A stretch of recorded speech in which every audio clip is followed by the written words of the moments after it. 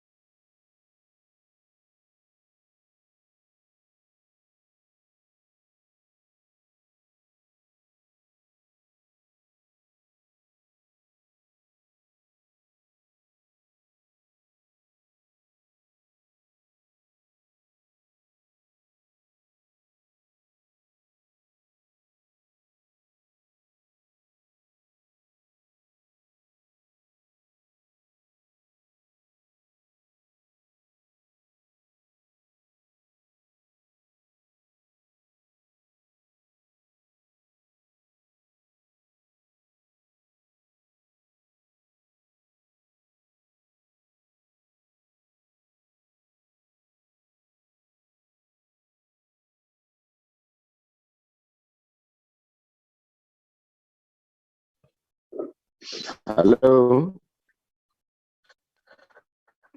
Hello.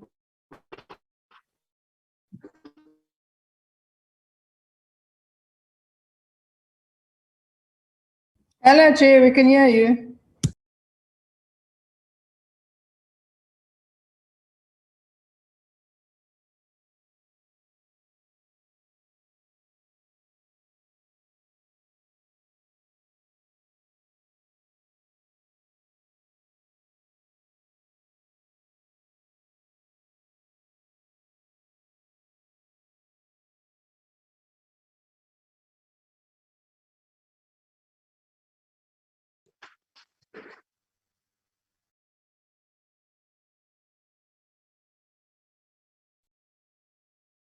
Hello.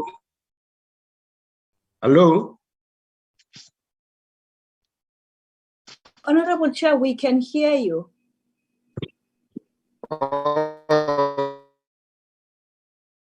Okay. Can you hear me? Yes, Chair, but you are breaking now. Yes, we haven't started yet. And now. No, we're waiting. We're waiting for you. We're told that you are trying to log in. Recording in progress. Ah, Yes, but can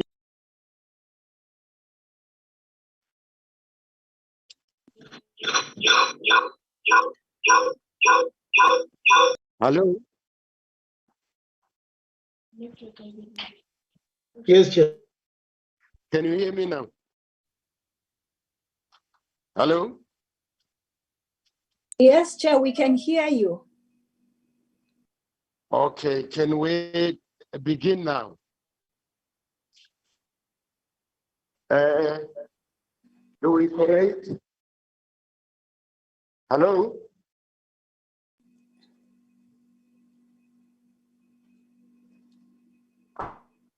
Hello?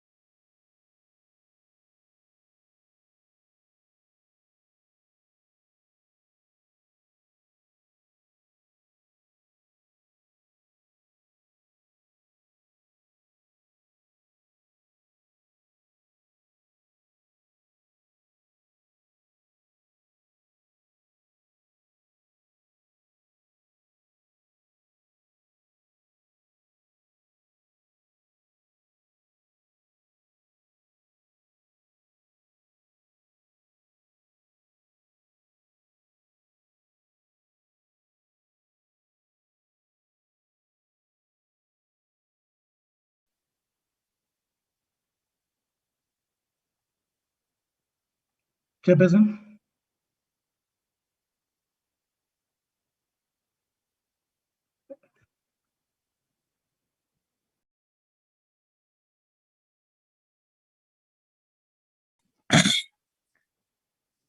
I think that let's postpone the meeting if the chairperson is not reachable, because we can't be waiting here for a very long time. We've got many other things to do and be responsible for. If he is not reachable and there can't be any mechanism to intervene, let's postpone this thing. I would agree with that.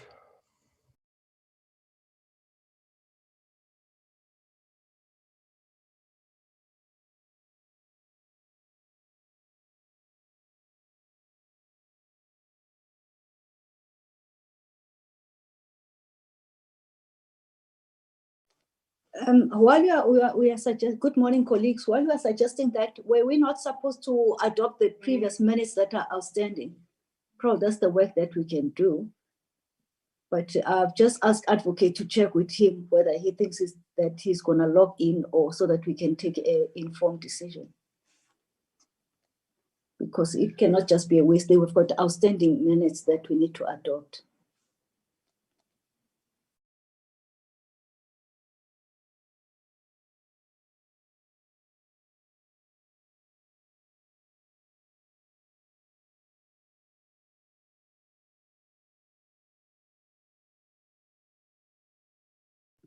Although it is true that we need to adopt the minutes, I don't think it's necessarily the best idea to adopt them without the chairperson present, who was the chairperson when those decisions were taken. Yeah, you can go ahead. Has he logged in now? Yeah, advocate, has he logged in?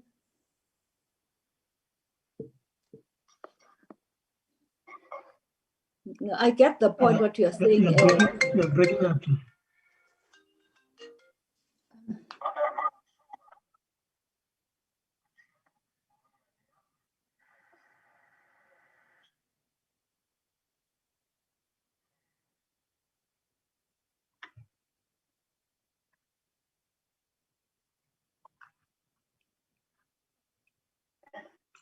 Honorable Soma, can you hear the chairperson? No, I can't hear him. Is he back on the system now? Because he must sort out his issue. It's on the phone. Can you hear him? Honorable Chair here. I request that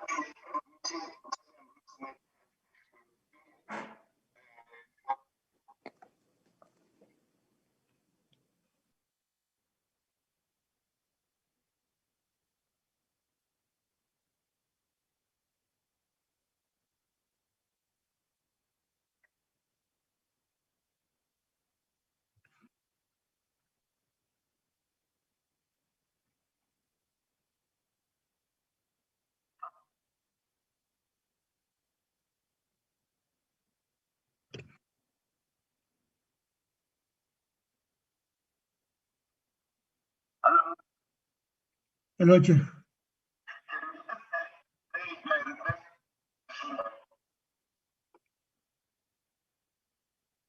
Members, can you hear the chairperson? No, we really cannot hear anything, and I would really support what Mr. Shivambu proposed. We've been waiting now for 30 minutes. It doesn't make sense to continue like this.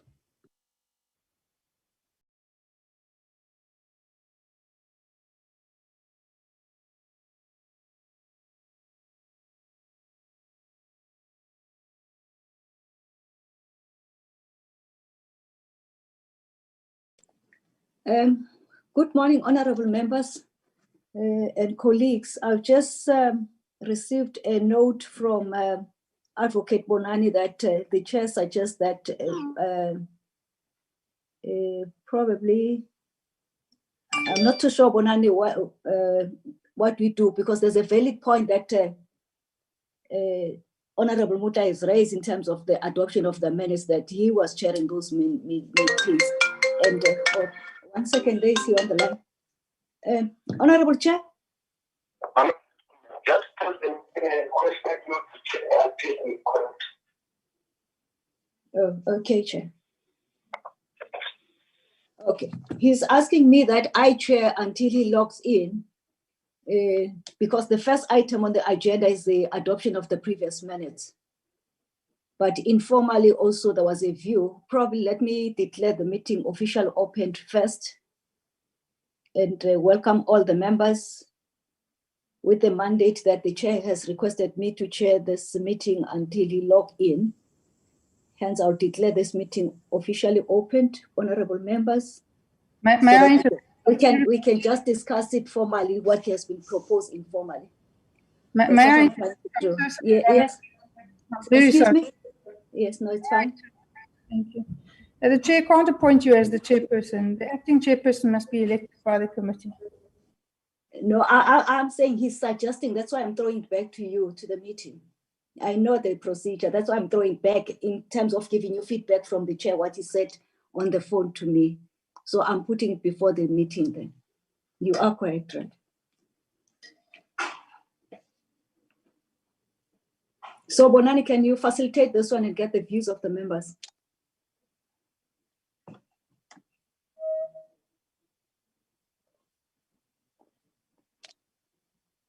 Advocate Bonan.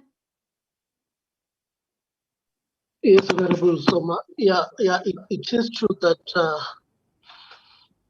the chair had requested that you chair the meeting until he logs in, and also Honorable Bredenbach is also correct to say that in terms of the rules, if the chair is unable to chair the meeting, then in terms of Rule 159, if the chair is upset or unable to perform the function of chairperson, then in terms of Rule 159, we have to elect an acting chairperson. So I think I'll just throw it back to the committee. I also noted the suggestion that we postpone the meeting. So I'm in your hands. But as indicated, in terms of the rules, we have to elect an acting chairperson.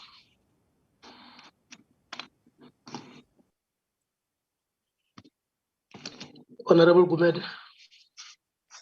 Chair, I propose that the name of Honorable Mainale Soma chairs the meeting.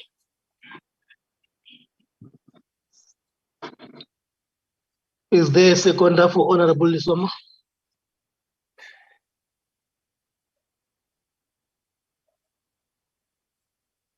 Yes, comrade. Yes, Bonan. Okay, Honorable Mahlatsi, is there? I second further the nomination of Honorable Soma to chair the meeting. Advocate Bonan. Okay, noted. Do we have another nomination?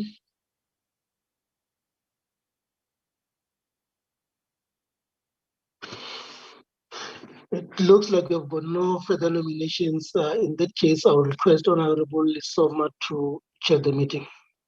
Thank you. Thank you, Advocate, and thank you, honorable members. May I request that I don't show my video, because also I'll have a challenge in terms of the audibility. That will permit me to do that. Having said that, honorable members, the meeting is officially opened at 10:05. We'll deal with without any waste of time. We'll deal with the housekeeping matters. Any apologies that we have received, Advocate Bonan, from your side? I've got an apology from Honorable Gon.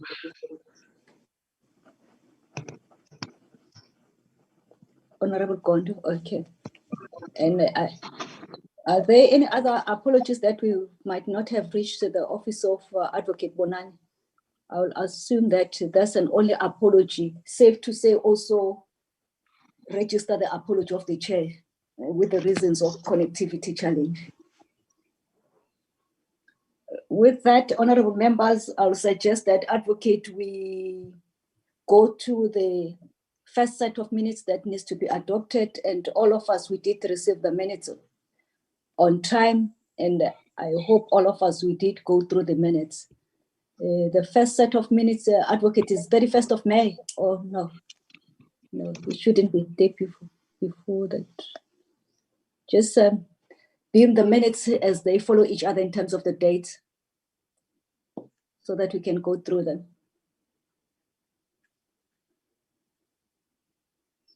Advocate Bonan? Okay.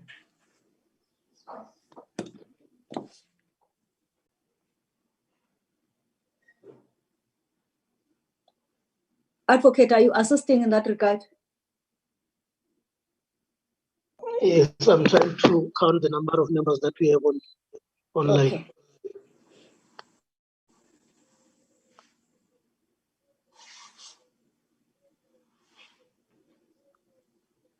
Yes, Chairperson, I confirm that we have a quorum. Okay, no, I think Dr. Lottery, we do correct. We do have a quorum. We may proceed. Honourable- Second point. Sorry, Honourable Soma, could I just have it clearly that we correct in terms of the actual ATC voting members Okay. and not Probably, just members present? Okay, no, we had that. Probably what Advocate is going to do is just to read the names that we can all see at the platform. Who are those ones in terms of the voting members? Yeah. Can you do that, Advocate? I'm sorry to be thorough. We have to. It's very important that we do that. Okay, let me just open my register so that I can count, can call up the names. And also the number of what makes us to correct.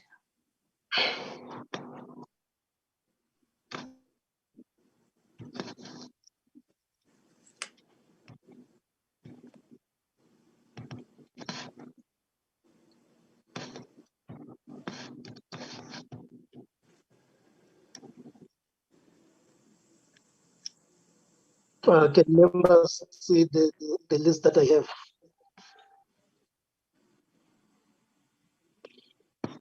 On the platform, we've got the following members from the ANC: Honorable Soma, Kumede, Murwatsehla, and Mahlatsi. We all, okay, yes, okay, we have Mr. Klava there also talk. And then from the TA, Did you include Honorable we Mandela? have Dr. Lord. Yes, Honorable Mandela is also in attendance, yes, as an alternate member, so yeah. Yeah, okay. So, and then and then from the DA, we have Dr. Lothred, we have Advocate Brettenbach. From the EFF, we have got Honorable Shivambu, and then from the Freedom Front Plus, there's Dr. Melda there. So those are the voting members that are in attendance. And we do correct. And we do correct, Chairperson. And I'm sure, Dr. Lottery, now we are satisfied if we can proceed. Any other item that you think is critical? I just want to mention Advocate Breitenbach went off. She has load shedding. And I'm not sure if everyone is still. Just have a look, please. No, with Honorable Matanzi, if you can assist with the ANC on the platform also and cross-check. Honorable Acting Chair, the African National Congress, we are 5 and voting members on the platform. And Honorable Kaba as a non-voting member, but voting members, we are 5. Thank you. Maybe, Chair, can I just add that, if we have those 5 members from the ANC plus Dr. Lothred, that would be Dr. Lothred and Dr. Mulda and Honorable Shivambu already will exceed the quorum. Okay, thank you very much. And I think probably we have dealt with it in a more thorough way, which is very encouraging and interesting. That will brings us back to the minutes. May we deal with the minutes then? If you may beam them again for us so that we can go through them. The minutes of the 7th of May.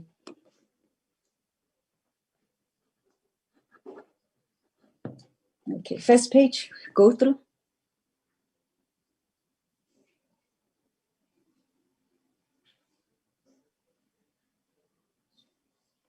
And I would suggest that members, if there's any item in the minutes that you think we must pay attention to, please do raise your hand.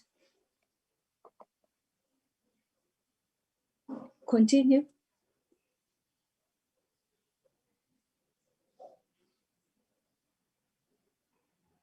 Mhm.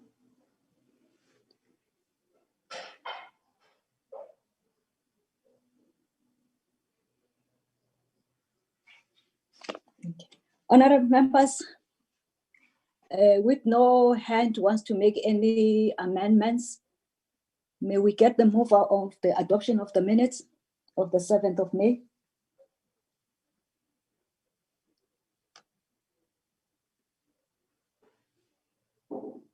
Chair, Honorable Kumete, I move the minutes of the 7th of May, that the true reflection and they be adopted.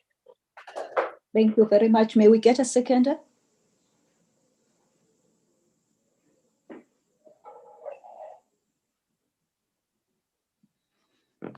If there is no seconder, then we shall move, honorable members. And then those minutes would not be necessary to be adopted then. Chair, can you kindly repeat? Honorable Gumede have moved for the adoption of the minutes of the 7th of May, 2021. And I was calling for a seconder, if there's any seconder. Chairperson, I second Muratsek. Thank you very much. May we go to this next set of minutes, Bonani?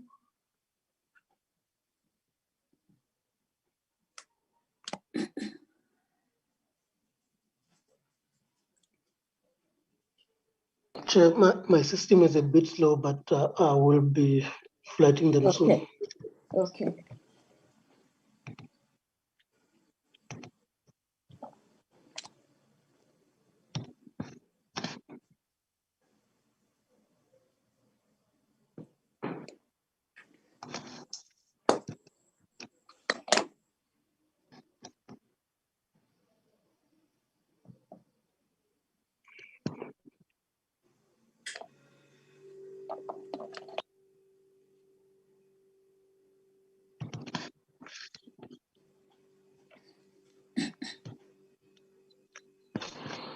The minutes of the 14th of May, honorable members. First page.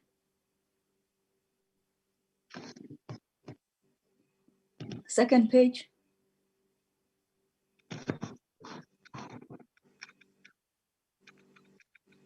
Slowly.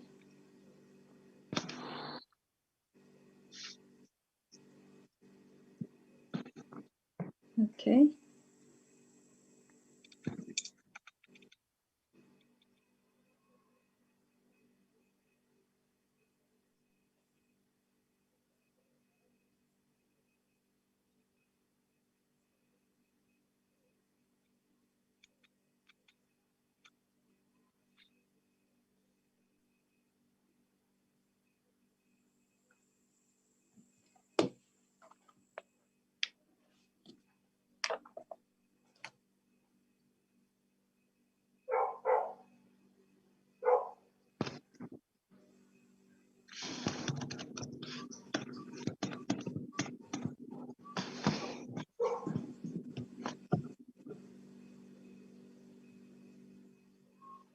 Mm-hmm.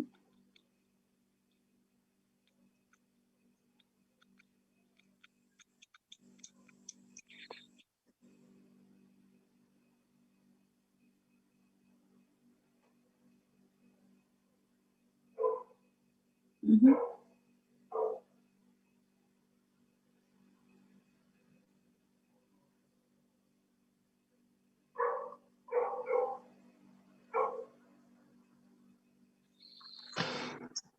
Honorable members, these are the minutes of the 14th of May.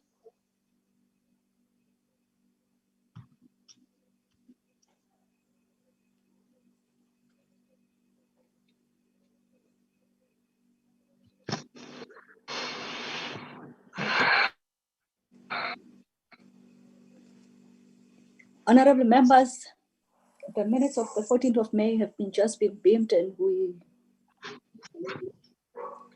Are there any questions on this one? Honorable Gumede. No, Chair, it's not about question. I just want to move that the minutes be adopted as true reflection of the minutes. Thank you, Chair. Okay. Any second?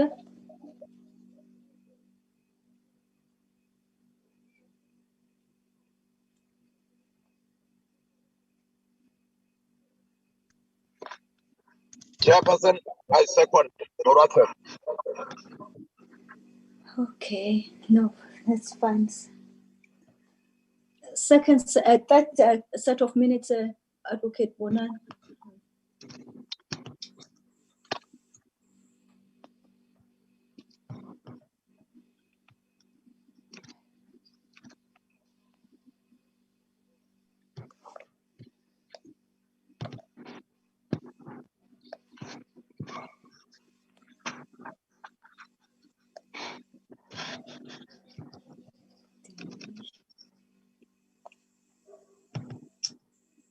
First of May.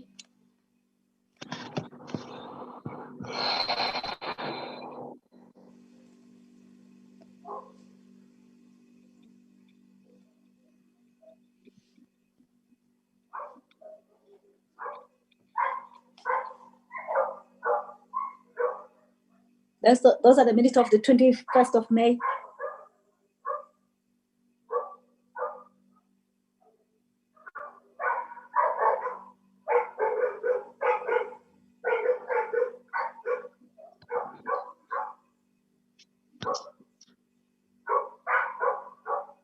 Mm-hmm.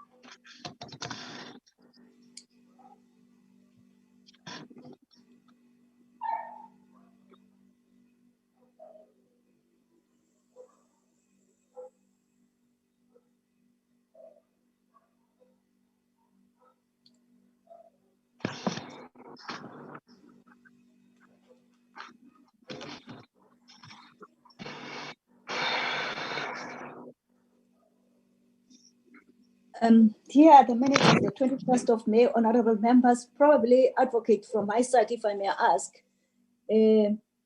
other political parties didn't make any submissions in this. I've just observed on the 14th and 21st, other than the EFF. It was the only EFF who was contributing in terms of the text change. Advocate? No, they made submissions. It's just that when we did not, when we took the minutes, we didn't say which political party proposed. We just reflected, like for instance, if you look at 2.1a, this proposal, if I remember correctly, was made by Honorable Clara. So we did not ascribe views to certain political parties. We just reflected them as views that were proposed in the meeting. No, Advocate, go to section 25.2 within that spirit of what you are saying. That which one is that? 2.3a. Yeah. Do you get my point, what I'm asking? That you have done it in some other points, but I'm raising the issue in terms of consistency in terms of the writings of the minutes. If you opt for one party, because I know that we do sometimes spend much time on some issues, and various political parties will express the views on that. And I'm not too sure members, they can engage, but I was just raising in terms of the consistency of writing the minutes must flow same across the everything, unless political party have presented its view in terms of reading everything. If it was engaged in, if you are saying that you then sum it up for the view of the committee. But on your 2.2 and your 2.3, it doesn't reflect your principal view that you're saying. Okay, can I maybe then propose that we will leave this set of minutes and then we'll rework them and bring them back to the committee? Let me ask the members whether, does it make sense what I'm asking here in terms of clarity? Yes, Instead, before it becomes my issue and advocate. Honorable Kaba. No, There's Honorable Kaba. I think there's nothing wrong with the way the minutes have been presented. What the scriber has done was to reflect the discussion without saying who made what suggestion. At the point, we were actually, what was on the table was the EFF document. So we're discussing the EFF document. That's the reason why EFF will appear many times. Okay. Thanks. Let's get Honorable Kumete. He had his hand up. Chair, I was going to say all parties are represented.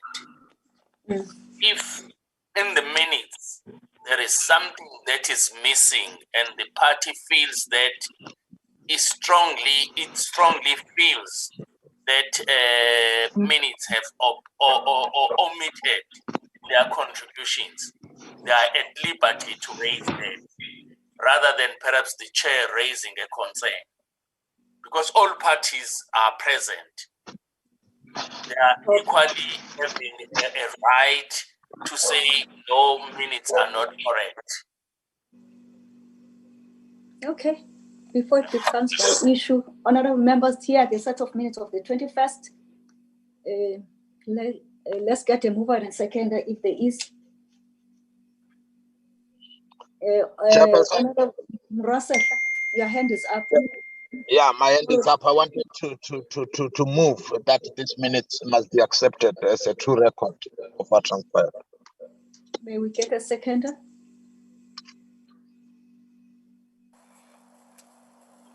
Honorable Kumede, seconded. Thank you, honorable members. The fourth set of minutes, Bonani, if you may, please.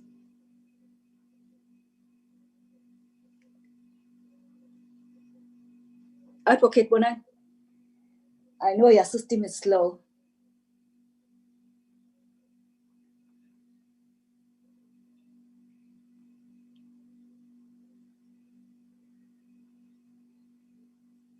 Okay, minutes of the 28th, first page.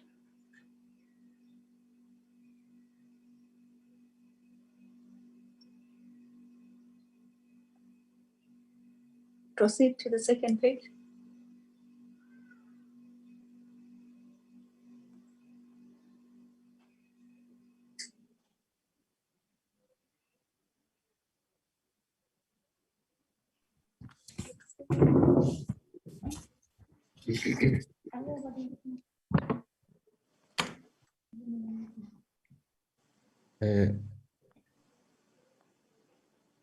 Is there any? Honorable Chair, are you back? Is that Chair? Yes, I'm here. Yes, Chair. Yes, Honorable Chair, I will hand over to you. We're dealing with the minutes of the 28th of May. Okay, no, that's fine. Yeah. Okay, you may take over. Thank you very much for joining us. Have the minutes been adopted? Not as yet, the 28, we're just on them now, which is the fourth one. Then we'll be left with the one set. You do the minutes, I will join after the minutes. Okay, thank you very much. Next page, Advocate Bonani.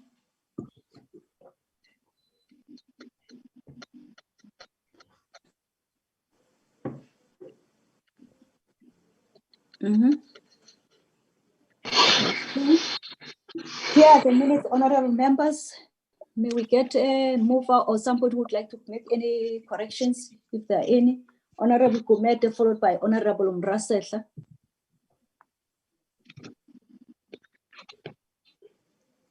Honorable Kumete, your hand is up. Chairperson, maybe while Gumede is still connecting, can I move that we accept this minutes as a true record once more? Thank you very much. Honorable Matlatsi, your hand is up, ma'am.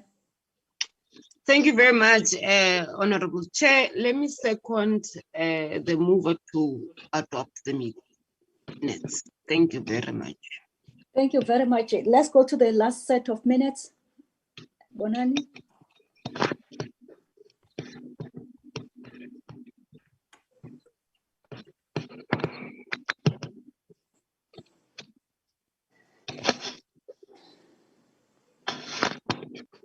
May, 31st of May, honorable members, first page. 1 second before that, Bonani, may we also ensure that the members that have moved and second, they were present in the meeting. They must make sure that they do also pay attention to that. Let's proceed.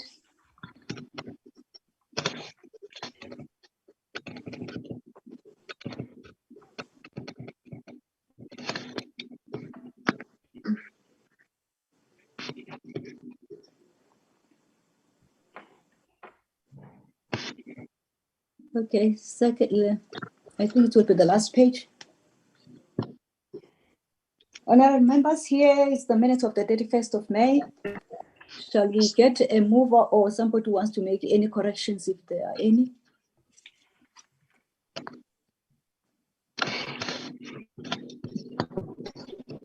I don't see any hands. Chair. Honorable Matlatsi. Thank you very much, Chair. I move to adopt the minutes of the 31st of May. Thank you. Thank you very much. There was a voice which I couldn't pick up whose voice was that. It's sorry. Yes, Honorable Kaba.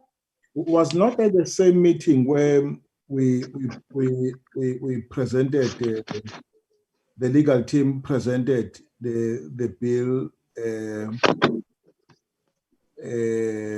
clause. I mean the bill as it was.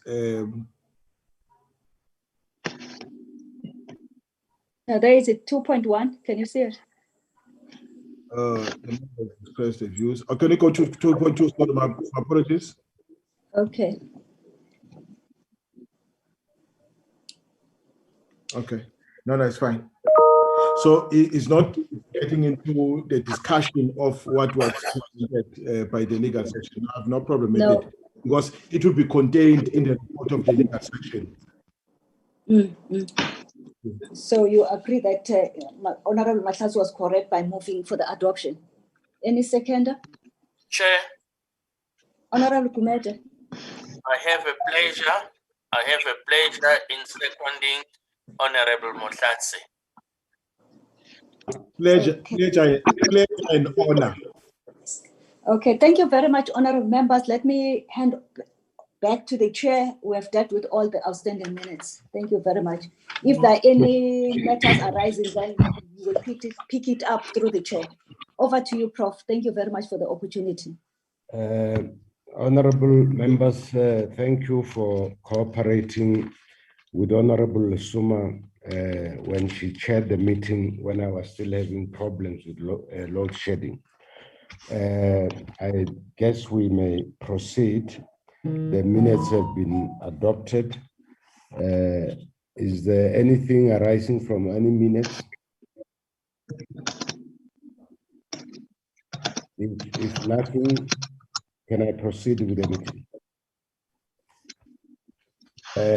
Honorable members, since we started deliberating on the amendment bill, it emerged that section 25 must be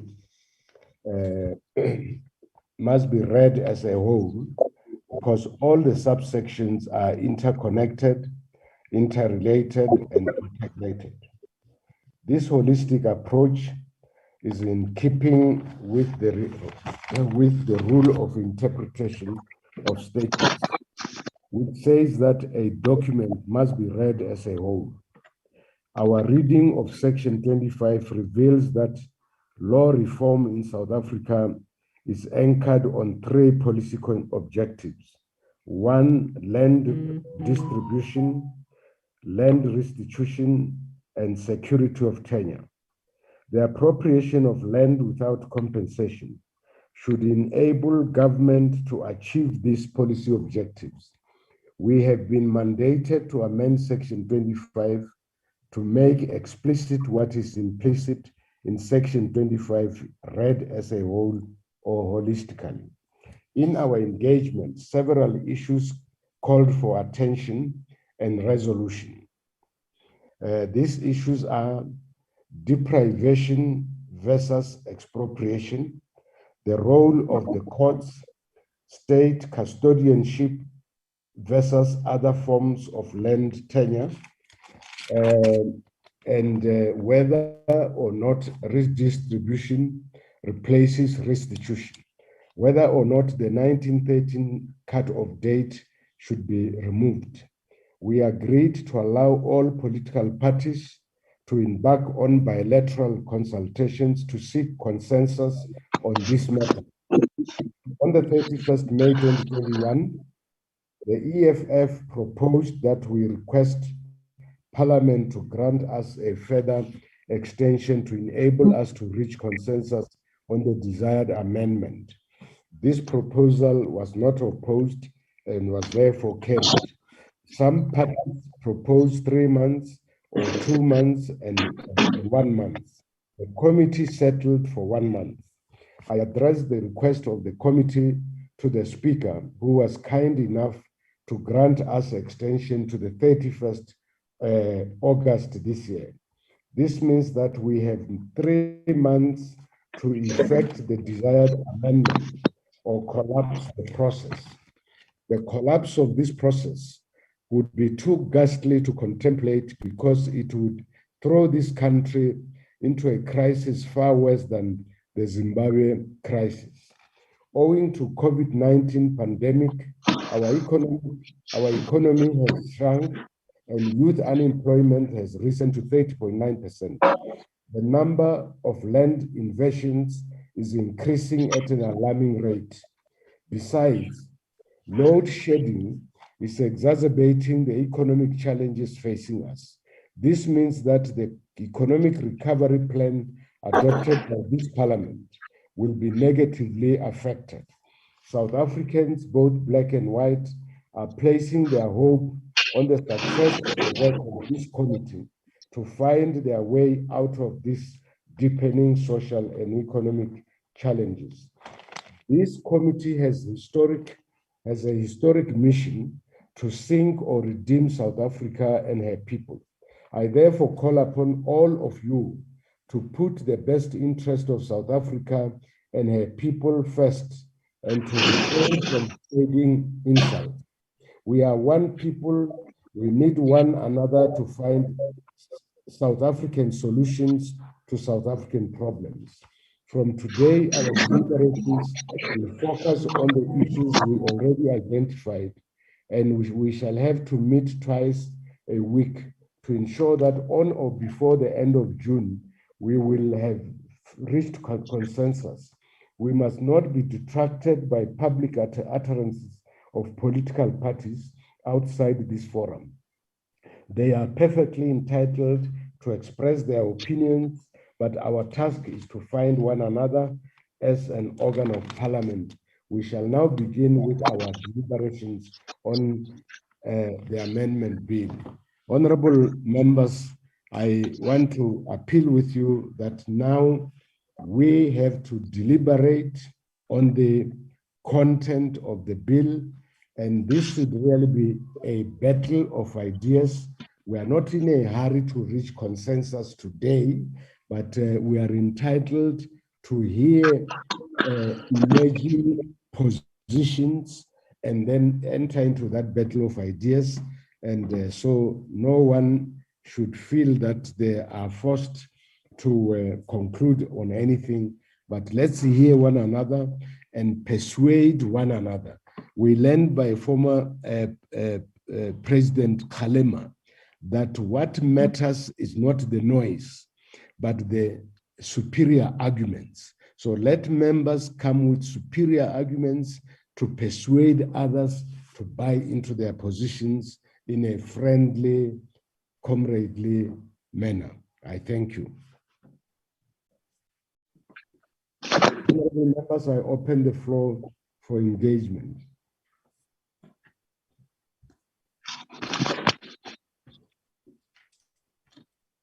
Are we still together?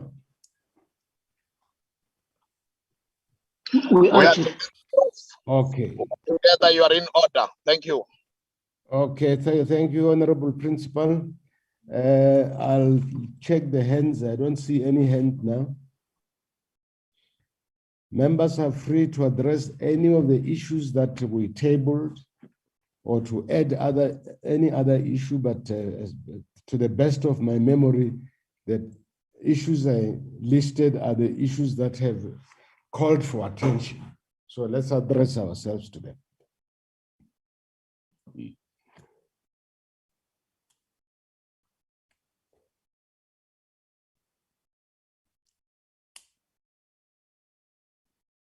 Honorable members,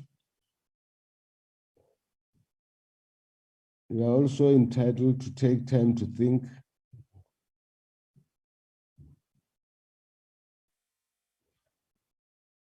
Honorable Mahlatsi.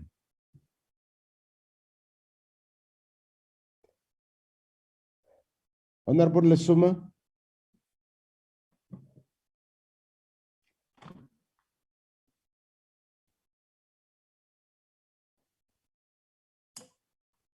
Honorable Bonani. Advocate Bonani. I'm here, Chair. Are members still with us? Yeah, maybe they're still, thinking on how to approach it. Okay. But did you hear everything that I said? Loud and clear. Hello? Yes. Chairperson? Honorable Gumede. Yes, Honorable Rosata. Yeah, there is one thing I wanted to say. Your input and the opening remarks were very clear. And you know what might be causing the silence. Recording stopped. Yeah, what might be causing the silence? Recording in progress. Is what? Can you hear me, Prof? Yeah. Yes. Yeah, I was saying I'm already affected by load shedding, but I think I wanted just to make this contribution. Yes. That what might be causing the stalemate and the silence is true. That each and every party on this platform has got a position, and the reason why we got a permission for extension was to give us more time to have bilaterals, so that closely but surely we move closer to each other.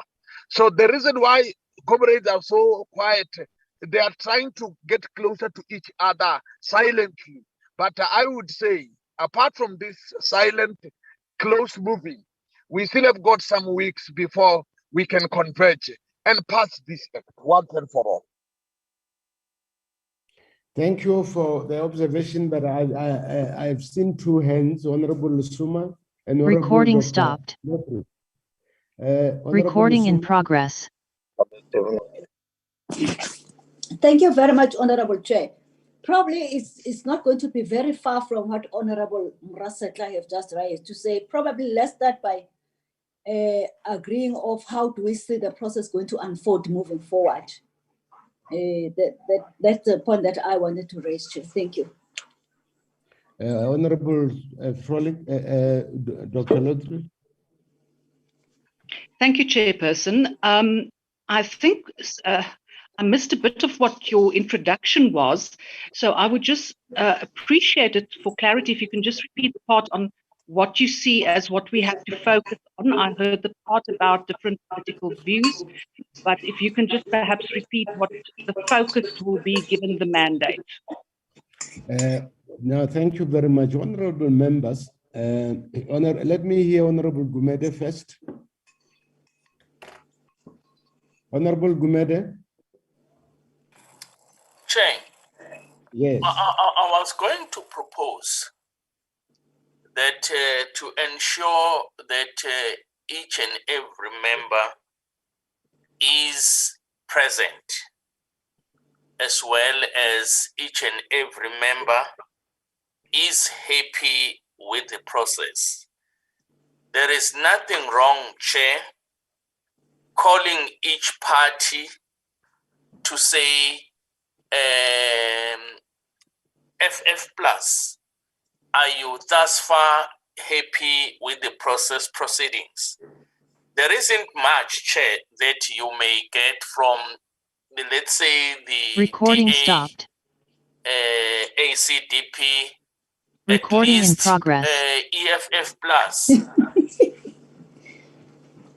FF plus did indicate that they are considering coming closer, but I'm aware that there is a continuous engagement, especially with the EFF.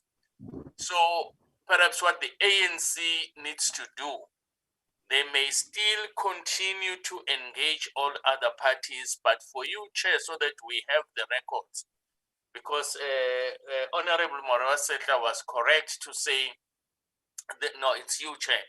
You were correct to say the main purpose of the extension was to try and get closer to each and every party. So it will be better that today, each one of us, we record that, yes, so far they are happy with the process. What they've said is correct. Then, Chair, I will say, allow you to answer then the DA from the questions, the question that they've asked, the clarity, and then you ask each one of us so that we are sure that we present that so far we're happy with the process. Thank you, Chair. Thank you, Honorable Gumede. I think you have really guided us sufficiently, but I see Honorable Dr. Milder's hand. Before I take the meeting forward, let me hear him. Dr. Milder. Yes, thank you, Chairperson. Chairperson, you appealed to the colleagues to talk, but luckily this computer lady from Zoom is keeping us interested by telling us recording and not recording. But on a serious note, I've listened to your input originally. I think there's one or two mistakes, if I may say. I think the cutoff date is not the 31st of August, but the 30th of August. And it's not 3 months, it's less than 3 months, obviously. But in any case, if I remember correctly, when our mandate expired on the 31st of May, in that last meeting, the appeal was made, and it was on a proposal by Honorable Shivambu, that more time is needed for bilaterals.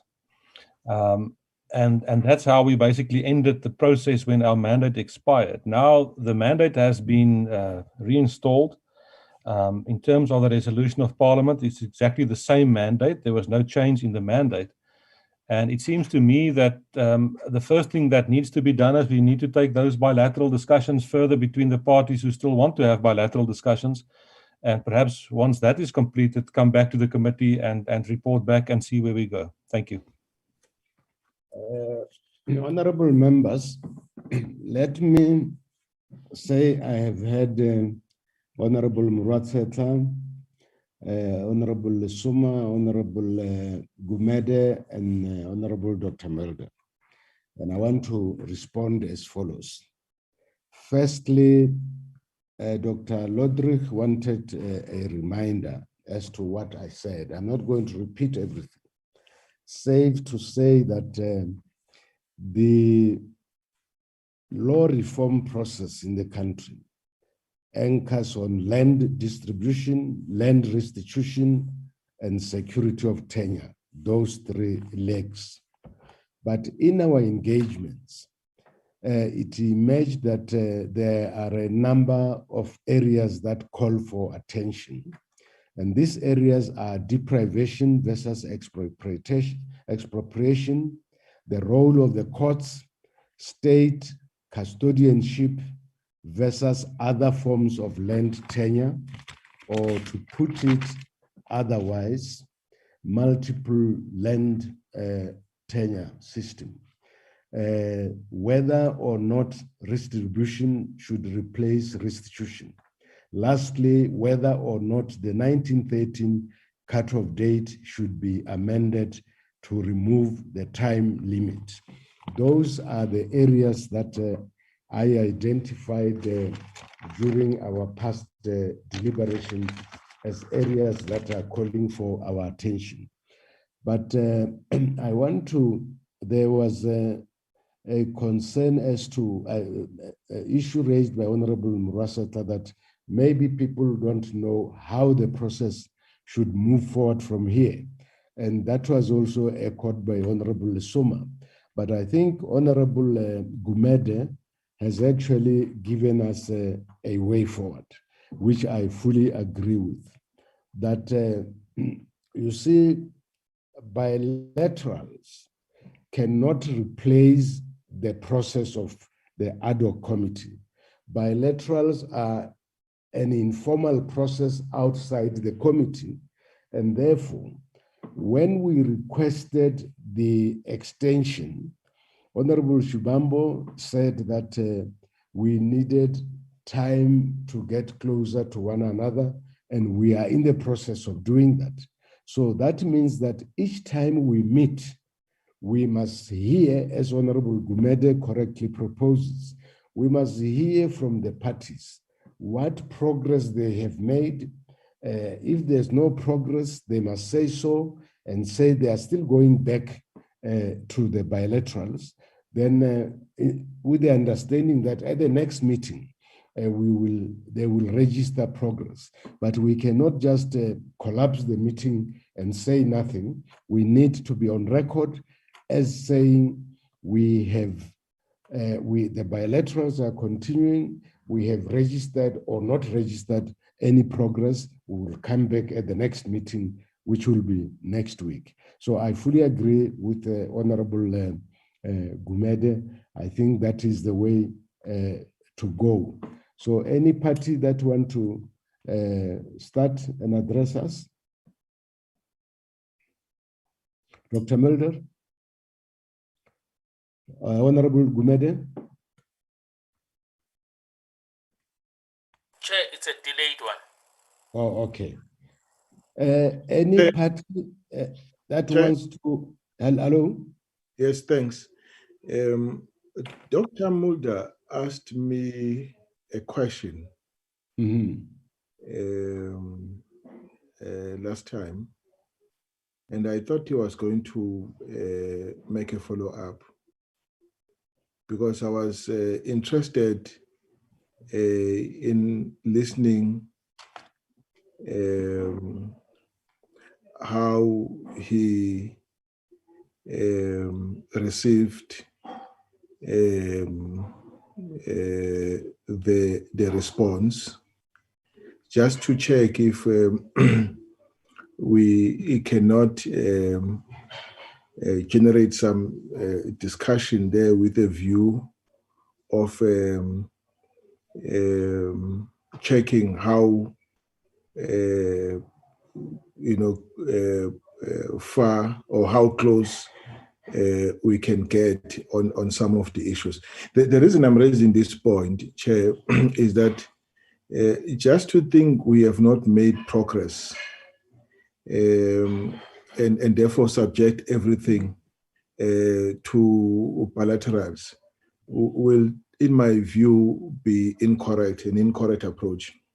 I think we have made progress. See, I agree with you that this process, we must push to a point where we isolate with clarity issues of fundamental disagreement, and so that we know when we leave this meeting that the parties are disagreeing on this one, and that when we come back, at least we zero into the areas of disagreement. Now it's like as if we are right at the beginning, when we are almost towards the end of the discussion on this of our engagement.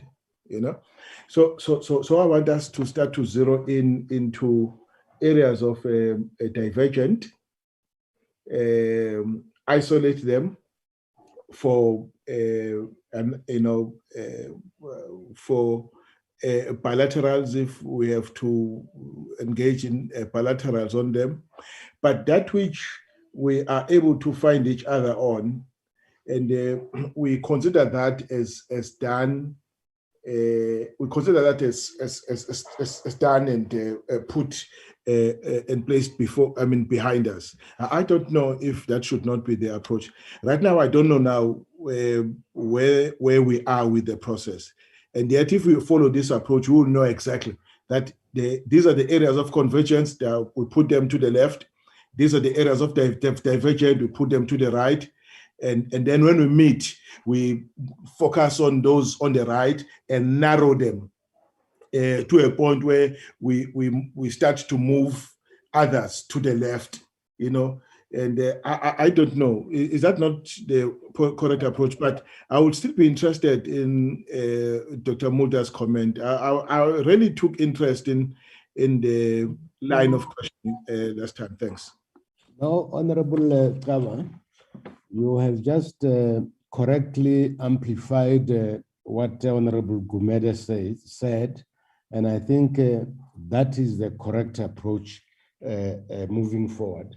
But I'm also interested with your starting point that we offer Honorable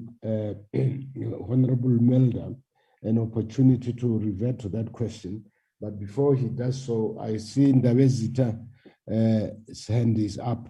Honorable Mandela, do you want to address us? Thank you, Honorable Chairperson. Good morning, colleagues. Mine, Honorable Chair, would to pick up where Honorable Kaba has left off and probe the question in relating to the timeline issue. Recording stopped. From our recording in progress. Public hearings, it was clear that in terms of the timeline, our people right across the landscape of our country, the view that the timeline must be scrapped because of the various challenges that we have had in terms of land disposition. You have the COI that have been the first to experience aggressive and brutal land disposition as early as 1652. And therefore, I would like to sponsor the first debate to center around the timeline issue as emanating from our public hearings to scrap the 1913 timeline and set it as early as 1652. I thank you. Thank you, Honorable Mandela. Honorable Suma. No, thank you very much. I'm not taking away, Honorable Chair, what Honorable Kaba have said, but for just to flag it after we have followed what Honorable Kaba has suggested, that in our minutes of the 21st of May, we spoke about exactly the point what Nkosi Mandela is raising. However, the letter when we requested for the extension did not include the extension of the scope, as it were. So I would say probably let's just navigate very carefully that one we don't have a mandate, but probably your good office can do the homework on that one. So my view is that let's flag that one in back of our minds, that the scope still limits us in the bill which went out for public participation processes, as it were. Thank you, Chair. Honorable Suma, can you address us on this question? In my opening, I said, in the previous meeting, we agreed to address Section 25 as a whole, because the subsections are interconnected, interrelated, and integrated. And therefore, although the published bill was restrictive, we had to address Section 25 as a whole, because also the restrictions in the bill were because of a compromise. So that in dealing with the act, we should not base ourselves on the compromise because we will be further compromised.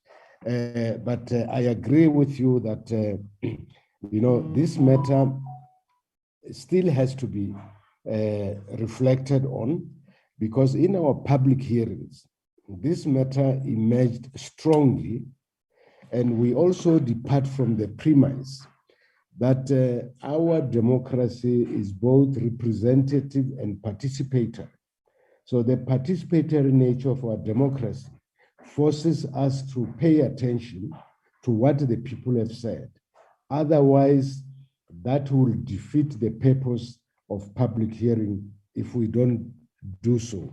But I would want other members to comment on this, but I would, to accommodate both you and Honorable Mandela, I would say that maybe members should go back to their bilaterals on this issue, but we cannot take it off the agenda because the consequences will be, it may even be a stumbling block to us finalizing the matter. If we can agree on this matter, it would mean the whole process will collapse, and we can't afford that. So I suggest that if we cannot agree on it now, we just refer it back to bilaterals. At the next meeting, we engage with it because it is a prerequisite for us finalizing the process. But let me stop there. Anyone who wants to address the matter raised by Honorable Lesuma and Honorable Mandela? Honorable Chair, if I may. Honorable Dr. Miller.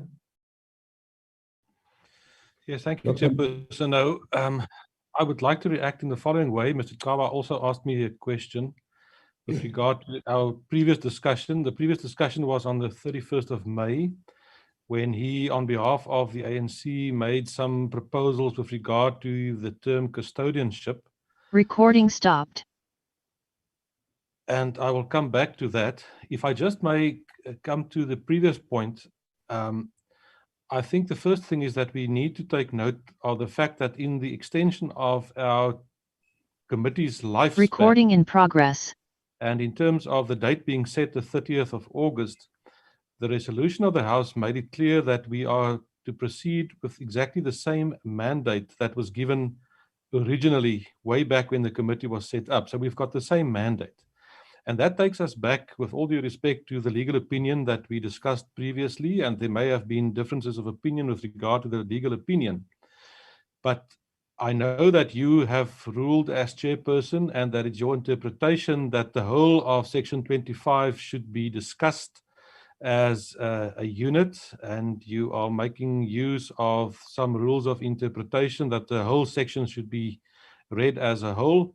I would obviously argue that that would go for the whole Constitution. It should also be read as a whole, not only a Section 25 in isolation, but we should look at the total Constitution as a whole.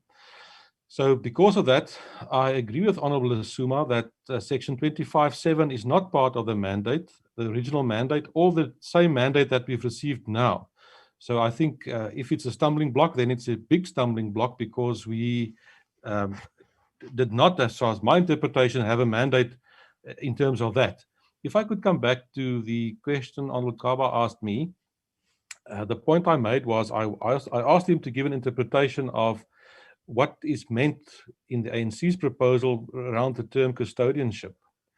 And then he explained that, if I can remember correctly, that in terms of the ANC's interpretation, that if expropriation takes place, for that period of time after expropriation until the property is then allocated in terms of the ANC's view of property ownership, which is a mixed system, which makes provision for private ownership, which makes provision for state ownership of land, as well as communal property, communal land, that for that short period of time, it's under custodianship of the state, and then it is dispersed in terms of a mixed system. That was the interpretation I heard.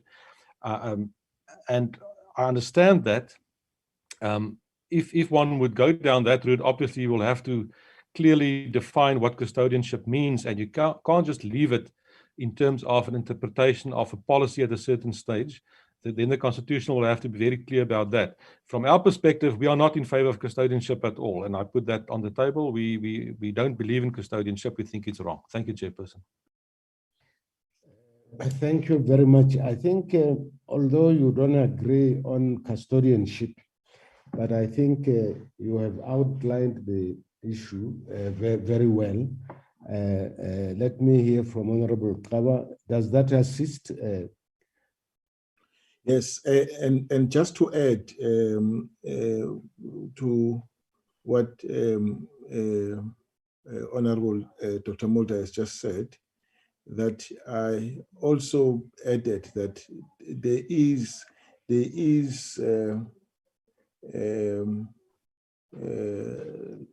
already land that is in the custodianship of the state. I made an example of land in the rural areas, which is administered by Amakosi. That that land is in the custodianship of the state. In other words, that's one. And the other land that is already in the custodianship of the state, as we speak currently, is the 5 million hectares that the state acquired through LRAD. LRAD is land reform. What is LRAD, by the way, those who are on the agriculture portfolio committee?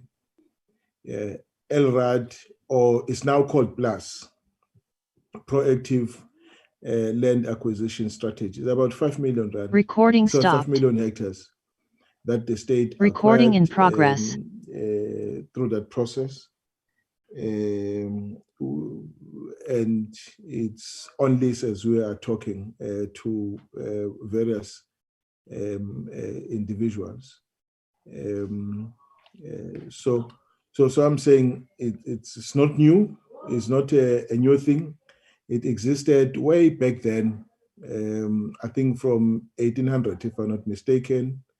Confirmed in 1913, confirmed in 1936, and confirmed throughout.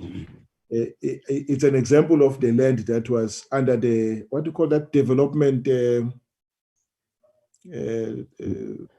development trust. Correct, yeah, that land still in the custodianship of the state. So it's it's not a new thing. And I mean, Dr. Mulder is aware. It's something that we inherited. It's very much part of our life, our DNA as a country.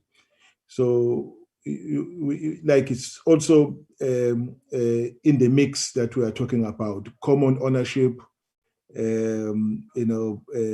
public ownership, and private ownership. Thank you very much. I thought I should just clarify that. I think he understood me well in respect of the first part, but I thought I should just add the other parts that he did not incorporate in his reflection. I hope we agree on that, Dr. Mod. Honorable Kaba, let me say that I think your question to Dr. Melder and his answer and your amplification has actually taken us forward. But I want to find out from Dr. Mulder, Honorable Dr. Mulder, if for argument's sake we agree that the state must expropriate, don't you think that the expropriated land should go to somebody? You can't expropriate into the vacuum. You may not agree with expropriation, but for argument's sake, let's assume that you agree. Don't you think that it would be a need that somebody, there must be a recipient of the expropriated land? Could I Dr. reply? Mulder? Yes, can I reply? Chairperson, the whole question of custodianship in that sense is not something new. It will be interesting if Mr. Kaba, the points he made, especially the second part, if that could be put in writing and one could have a look at that.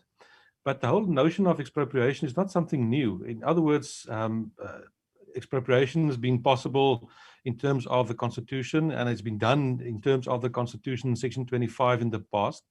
The difference was it was not without compensation. So what has been the legal position in terms of those properties being expropriated for a public purpose, be that for a hospital or for an airport, whatever the case may be? So there's been a structure all along. The only reason, as far as I'm concerned, why custodianship is now on the table is because there's the position from another political party involved, and they are going for the concept of custodianship, but the interpretation is that they've got a completely different interpretation. I don't want to speak on their behalf, but their perception of custodianship is clearly something different as what we are discussing at the moment. So we're talking about two different things altogether as far as I'm concerned. I think one needs clarity in terms of what has happened in the past, where property were expropriated with compensation. In that space of time, what was it called and how was it structured legally from that perspective? And what Mr. Kaba is now saying on behalf of the ANC in terms of custodianship, and both of them. I need to be educated on this in terms of communal land. I hear what is being said, that the communal land is technically under the custodianship of the state, but I think that our traditional leaders may perhaps differ from that. But as I say, I need to be educated on that. Thank you. Okay, I think you were right in your answer, and Honorable Kaba. I think let's confine ourselves to what you and Honorable Kaba are raising, and let's leave out the EFF on this matter, because we are saying bilaterals. So it means there is room for bilaterals between yourself and the ANC, and it's quite clear on what points you want clarity. I want to suggest that we leave this matter there and request that you and Mr. Trevor, on behalf Recording of the ANC, stopped. you engage on Recording this point in progress. and refine that, because I can see that there's a great possibility of you converging there. But the EFF will have to be engaged separately because rightly or wrongly, I think that their approach differs from the approach that seems to be emerging between yourself and Honorable Kaba on behalf of the ANC. I see Honorable Mandela, his hand is up. Thanks, Honorable Chair. Also, just to emphasize that we should continuously be reflecting on the public hearings we had as a means of guiding our process. And in this regard, Honorable Chair, traditional leaders right across the landscape of our country, whether be in Mpumalanga being the Ndebeles, and whether be in the Western Cape being the Griquas and the Khoi, spoke at length that they support expropriation, but land that belongs to traditional leaders should be returned to traditional leaders. So I also wanted to flag that out because it is in our minutes, and we should be guided by and informed by what emanated out of our public hearings. Thank you, Honorable Chair. Honorable Mandela, the point you are making, I think is accommodated by this notion of multiple forms of ownership that Honorable Melda and Honorable Kaba were talking about, that we must have state, public, private, and communal ownership. So I think you are still covered there. So I guess it's well noted. Now, any other hand on any other issue? Chair? Yeah. Thank you very much. Thanks, Dr. Mulder, for reflecting on our position as well. It will also be interesting, Chair, to listen to what the Democratic Alliance, I nearly said DP, the DA has to say on this, because their 2-cent contribution will help in lubricating this process that we are currently engaged in, because we need minds to, this thing must unify the country. We don't want anything that is going to set people apart. We are one nation, and unity is central in building this or nurturing this nation. So it is in that context that, as leader of society, the ANC must ensure that we don't leave people behind. We move with the people, and we accommodate as many views as they are. And that is in the spirit of Comrade Madiba. So can we continue along those lines? May we invite the Democratic Alliance Chair to comment on this, because we're now not just discussing issues in general, okay? We're just picking up one issue, focusing on it, see how far away are we from each other on it. Can we push Recording it to the left stopped. or push it to the right? And I think Recording out of in this we'll make progress. Chair. Thank you so much. Lord Trent has heard me. Honorable Lord Trent has heard me.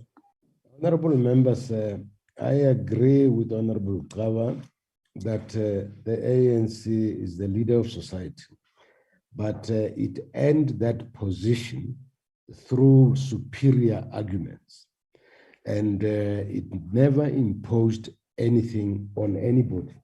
And similarly now, you can see Honorable Kawa on behalf of the ANC, Honorable Dr. Mulder are engaging, and it's not engagement really on the basis of party politics.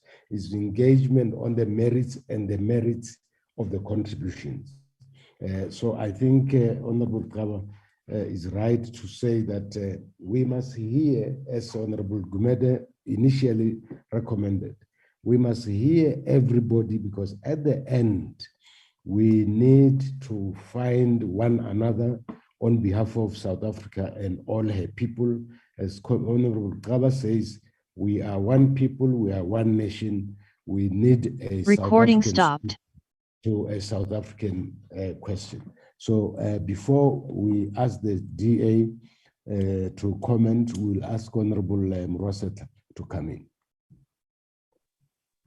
Chairperson and Prof, thank you very much for the opportunity.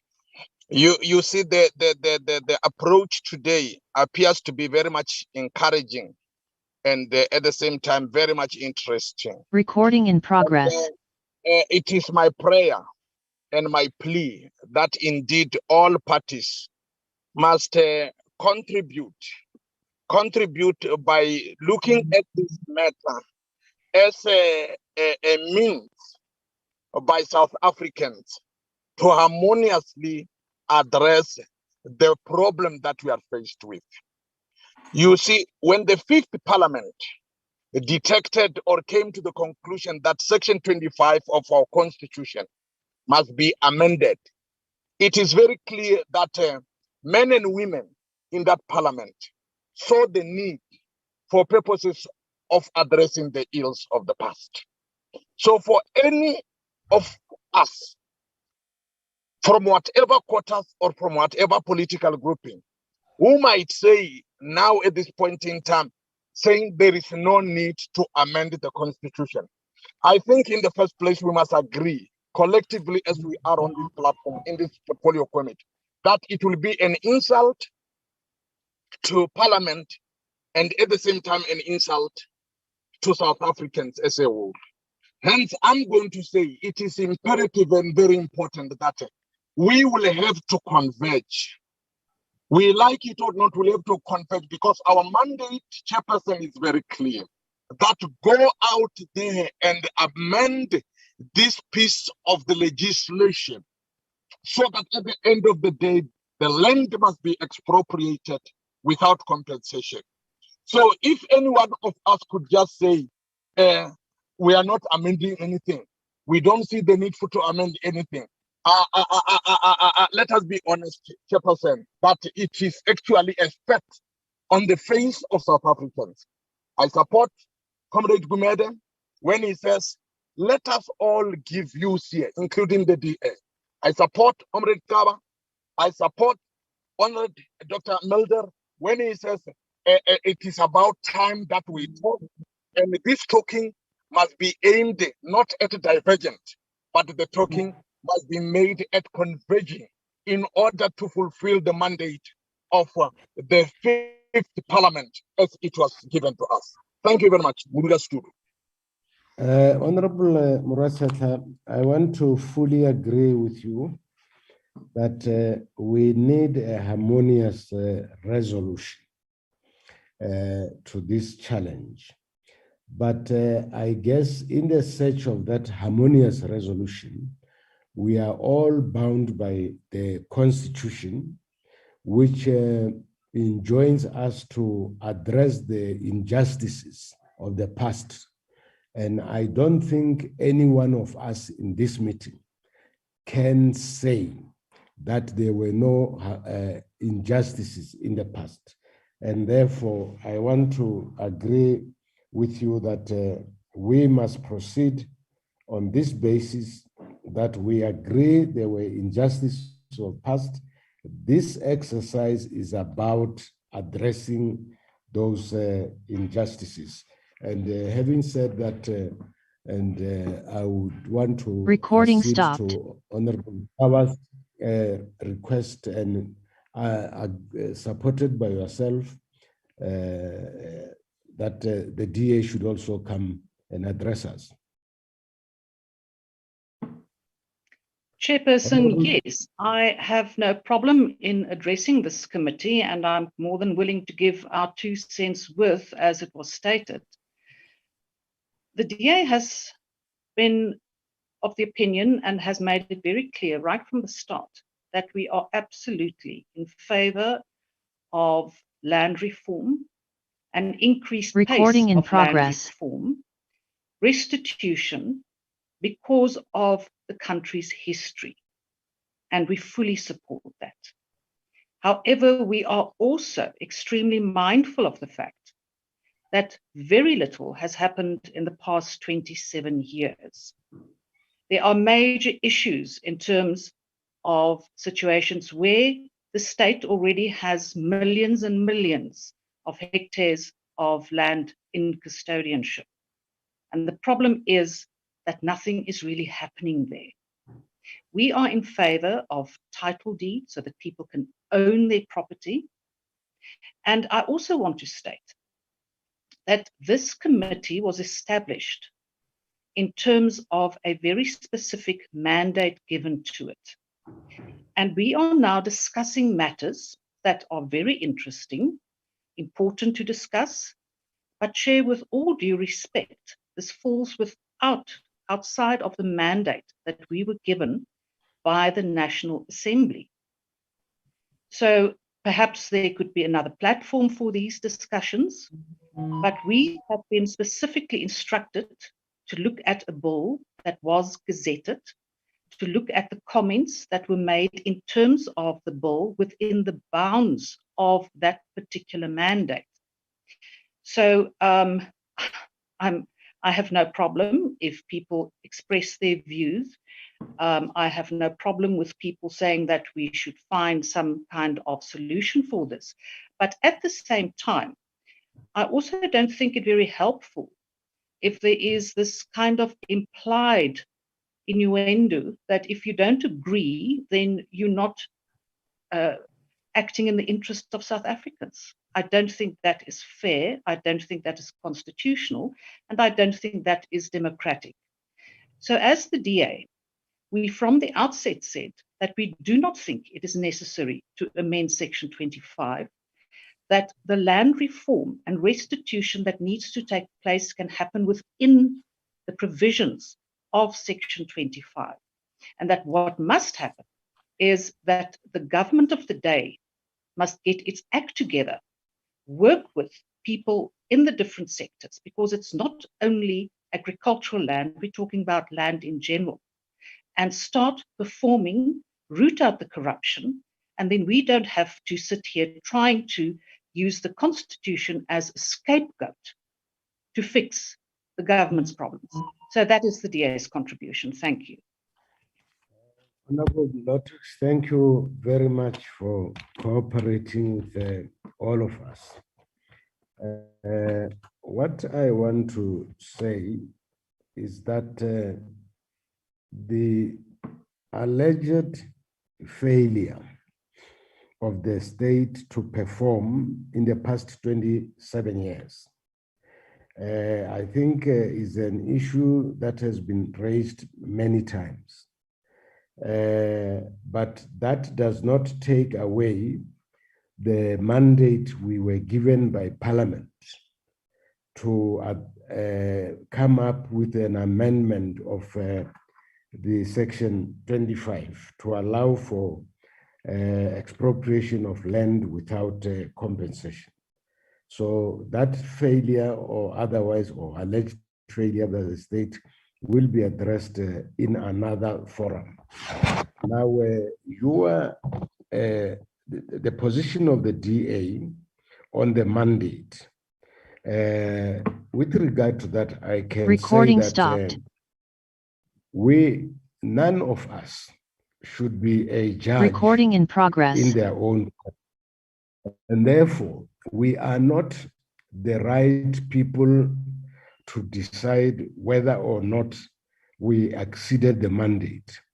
I think the final arbiter will be Parliament. As far as we are concerned, let's do the work as we agreed.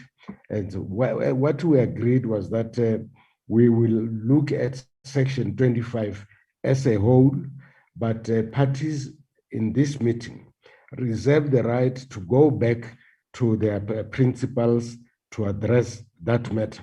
But we must be loyal to our own decision.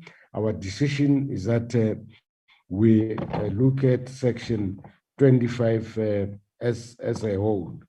And now, with regard to the innuendo that you are not acting in the best interest of South Africa, I have not heard anybody saying that.